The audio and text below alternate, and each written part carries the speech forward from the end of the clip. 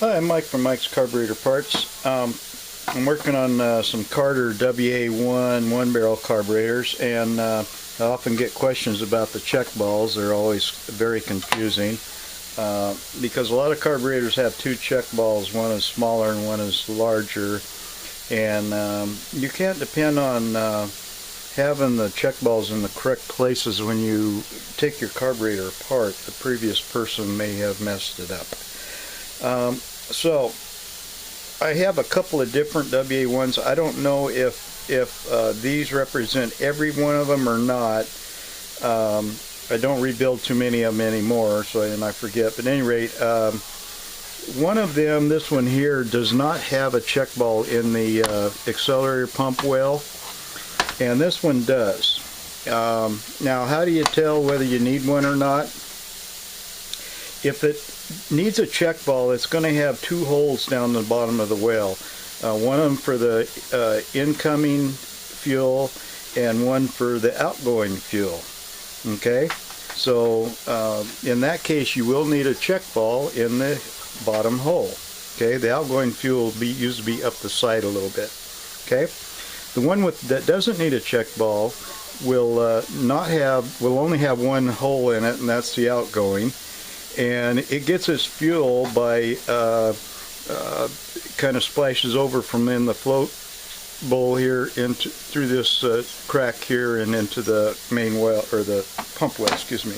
Okay, so that's how you figure out whether you need a check ball or not. Okay, so where does the second check ball go? It goes in the main. Here's your main discharge tube right here. This tube right here, it feeds from the accelerator pump well into here.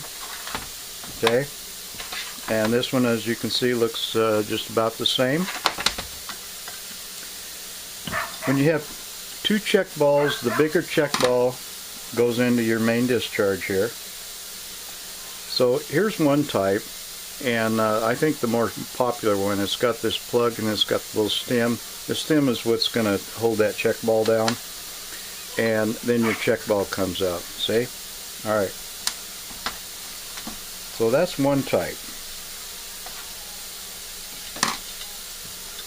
And I'm just showing there could be a third. I don't think so, but at any rate,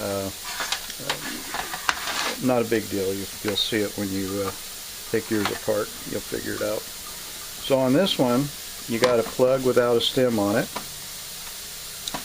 Then it's got a little spring, and this spring is what's going to keep that check ball down. Okay,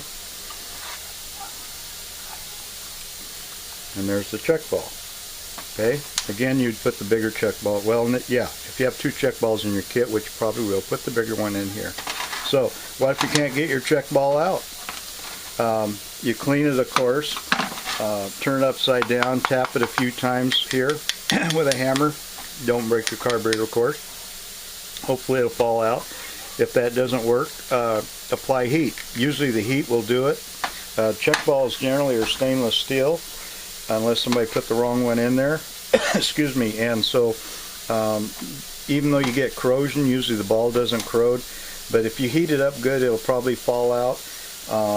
And then the last ditch effort would be to drill at the bottom here, drill a small hole, poke up through it with a piece of wire to get the check ball out, then plug it off with the JB wheel. Alright, so I hope that answers a few questions about check balls in the WA-1.